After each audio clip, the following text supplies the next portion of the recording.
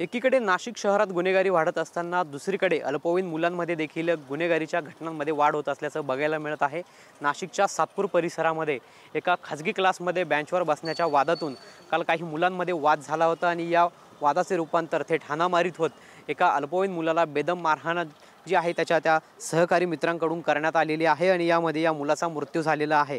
खरं तर नाशिकच्या सातपूर परिसरात ही घटना घडली असून सातपूर पोलिसांनी 2 विधी संघर्षित बालकांना ताब्यात घेतलं असून नाशिकच्या सातपूर पोलीस ठाण्यात या प्रकरणी गुन्हा दाखल करण्यात आलेला आहे। मात्र बेंचवरून बसण्याच्या वादातून या मुलाची हत्या झाल्याचं प्राथमिक कारण जरी समोर आलेलं असलं तरी देखील या घटनेमागचं खरं कारण काय आहे याचा तपास पोलिसांकडून सुरू आहे। पोलीस देखील या प्रकरणाचा सखोल तपास करत आहे, त्यामुळे पोलिसांच्या तपासाअंती काय खरं कारण समोर येतं ते देखील पाहणं आता तितकंच महत्त्वाचं ठरणार आहे।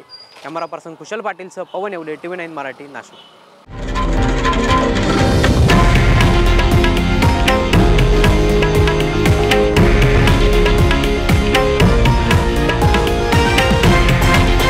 हे आहे देशातील नंबर 1 न्यूज नेटवर्क आणि आपण पाहत आहात TV9 मराठी, एकमेव।